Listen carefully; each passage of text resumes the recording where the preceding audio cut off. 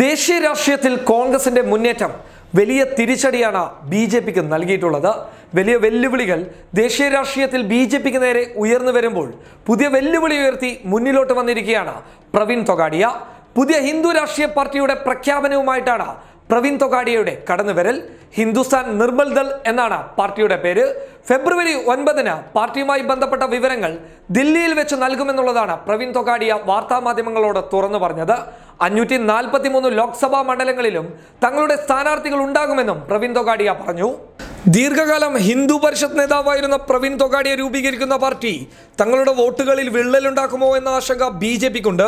ലോക്സഭാ തെരഞ്ഞെടുപ്പ് അടുത്ത സാഹചര്യത്തിൽ പുതിയ പാർട്ടി രൂപീകരണത്തെ വളരെ ശ്രദ്ധാപൂർവമാണ് ബിജെപിയും RSSും നോക്കിക്കാണുന്നത്.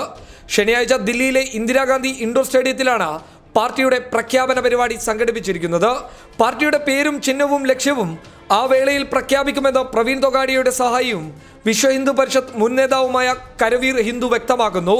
പരമാവധി പ്രവർത്തകരെ അണിനിരത്തി പരിപാടി വൻ വിജയമാക്കാനുള്ള ശ്രമത്തിലാണ് ഭാരവാഹികൾ.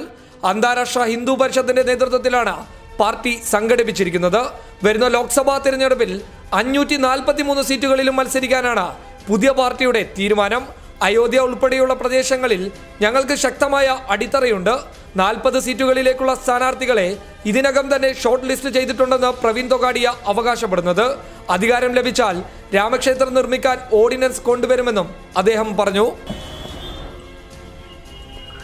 പല സമയങ്ങളിലും മോദിക്കെതിരെ ശക്തമായിട്ടുള്ള വിമർശനവുമായി രംഗത്ത് വന്നിട്ടുള്ള ആളാണ് പ്രവീൺ തൊഗാഡിയ. പ്രവീൺ തൊഗാഡിയയുടെ പുതിയ ഹിന്ദു രാഷ്ട്രീയ പ്രഖ്യാപനം ബിജെപിക്ക് തലവേദനയാണ് ഉണ്ടാക്കാൻ പോകുന്നത്. അതായത് പല മണ്ഡലങ്ങളിലും ബിജെപിയുടെ വോട്ടുകൾ ചോർത്താനുള്ള കഴിവ് പ്രവീൺ തൊഗാഡിയക്ക് ഉണ്ടാകുമെന്നുള്ളത് തന്നെയാണ് ദേശീയ മാധ്യമങ്ങൾ റിപ്പോർട്ട് ചെയ്യുന്നുള്ളത്. News desk public Kerala.